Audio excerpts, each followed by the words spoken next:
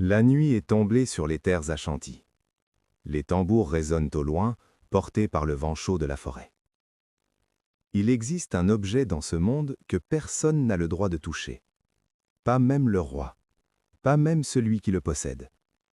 Et pourtant, cet objet a décidé du destin de guerres, d'empires, de générations entières. Il a fait trembler des colonisateurs britanniques au point qu'ils ont mobilisé des milliers de soldats pour le capturer. Ils ont échoué, 2 fois. Et quand ils ont cru avoir gagné, ils ont découvert quelque chose d'encore plus troublant. L'objet qu'ils tenaient entre les mains n'était pas le vrai. Ce tabouret s'appelle le tabouret d'or, le Sika Dwa Coffee. Et l'histoire que je vais te raconter ce soir n'est pas celle d'un simple objet.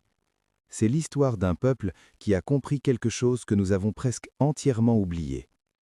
Le pouvoir véritable ne se prend pas, il se mérite. La nuit est tombée sur les terres achanties. Les tambours résonnent au loin, portés par le vent chaud de la forêt. Il existe un objet dans ce monde que personne n'a le droit de toucher.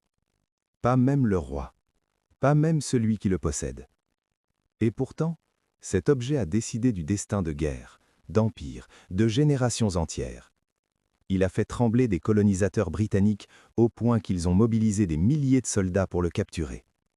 Ils ont échoué, 2 fois. Et quand ils ont cru avoir gagné, ils ont découvert quelque chose d'encore plus troublant.